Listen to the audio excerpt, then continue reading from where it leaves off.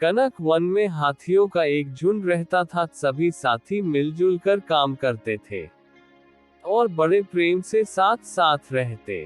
इस झुंड के मुखिया का नाम था कनक। कनक बड़ा दयालु हाथी था। सब हाथी उसकी बड़ी इज्जत करते थे। जैसा कनक कहता वैसा ही सब करते। कनक हाथी का एकमात्र बेटा था हीरा। झुंड में सबसे छोटा होने के कारण बड़ा नटखट व शैतान हो गया था। छोटा होने के कारण सभी हाथी उससे कोई मान न लेते।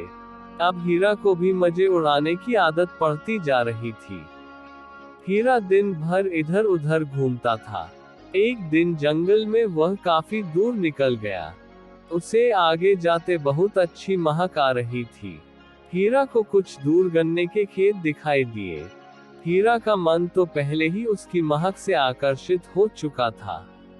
उसने अपनी सूंड से एक गन्ना तोड़ा और खाया। हीरा को गन्ना बहुत अच्छा लगा। बस फिर तो 2 4 6 हीरा ने भर पेट गन्ने खाए। हीरा अपने गन्ने खाने में इतना व्यस्त था कि उसे सूरज ढलने का भी पता न चला। अंधेरा होने पर उसे ध्यान आया कि उसे वन लौटना है। इधर हीरा के वन में न मिलने के कारण सब हाथी बेचैन थे। सब उसे दूर दूर तक ढूंढने गए पर हीरा कहीं न था। हाथियों का मुखिया भी परेशान था कि हीरा आज कहाँ गया। थोड़ी देर में हीरा झुंड के पास पहुंचा। सभी हाथियों ने प्रश्नों की बौछार कर दी। हीरा तुम कहाँ गए थे, इतनी देर क्यों कर दी, वगैरह वगैरह। अंत में मुखिया कनक ने कहा आप सब शांत हो जाए, मुझे पूछने दीजिए। कनक ने हीरा की ओर मुड़ते हुए कड़क स्वर में पूछा, हीरा तुम इतनी देर तक कहाँ थे। हीरा ने सहमे स्वर में कहा, पिताजी क्षमा कीजिए, मुझसे से गलती हो गई। मैं जंगल में घूमने गया था कि मुझे एक और से अत्यंत आकर्षित करने वाली महक आई और मैं उस ओर खींचता चला गया। वहां जाकर मैंने अत्यंत स्वादिष्ट वस्तु खाई। कनक अनुभवी हाथी था, वह बात समझ गया। वह समझ गया कि हीरा ने आज किसी का गन्ने का खेत उजाड़ा है। कुछ देर बाद उसने समझाने के स्वर में कहा, हीरा तुम्हें वहां नहीं जाना चाहिए। हमें किसी दूसरे की अच्छी चीज पर ललचाना नहीं चाहिए, अपितु स्वयं की वस्तुओं में सब्र करना चाहिए। अब आगे से तुम वहां न जाना।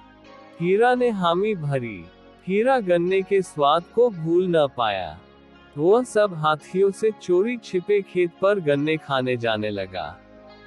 मुखिया ने उसे कई बार समझाया कि देखो तुम गलत कर रहे हो, कभी तुम्हें पछताना पड़ेगा। पर हीरा सबके सामने खेत पर न जाने का प्रण करता। वह अकेले में फिर ललचाकर खेत पर चला जाता। इधर किसान को खेत उजड़ता देखकर चिंता बढ़ती गई। उसने गन्ने चोर को पकड़ने की व सजा देने की ठान ली। उसने अगले दिन गन्ने की कुछ पंक्तियां छोड़कर आगे बड़ा खड्डा खुदवा दिया, ताकि गन्ना चोर गन्ना खाते खाते उसमें आ गिरे। हीरा अपनी आदत के अनुसार सुबह सुबह खेत की ओर गया तथा मीठे मीठे गन्नों के स्वाद में खोकर धड़ाम से खड्डे में जा गिरा। अब किसान गांव वालों साथ खेत पर आया। सबके हाथ में बड़े बड़े लठ व रस्सियां थी। गांव वालों ने हीरा को खूब पीटा व रस्सियों से उसे बांध दिया। वह गांव लौट गए। अब वन में जब हीरा न आया तो सब हाथी मुखिया के पास गए। वह चिंता करने लगे। कनक ने कहा, हीरा कहाँ है, मुझे पता है, चलो मेरे साथ। सब हाथी उसके पीछे पीछे हो लिए। कनक सबको खेत पर ले आया। इधर हीरा खड्डे में गिरा। भूख व पिटाई के कारण अत्यंत दर्द से कराह रहा था। उसने जब अपने पिता को देखा तो पुकार उठा, पिताजी मुझे बचाओ, अब मैं सदा बड़ों की बात मानूंगा, कभी लालच न करूंगा। उसका गिड़गिड़ाना देखकर कनक का मन पसीज गया तथा सब हाथियों ने मिलकर उसे खड्डे से निकाला तथा उसे कनक वन में ले आए।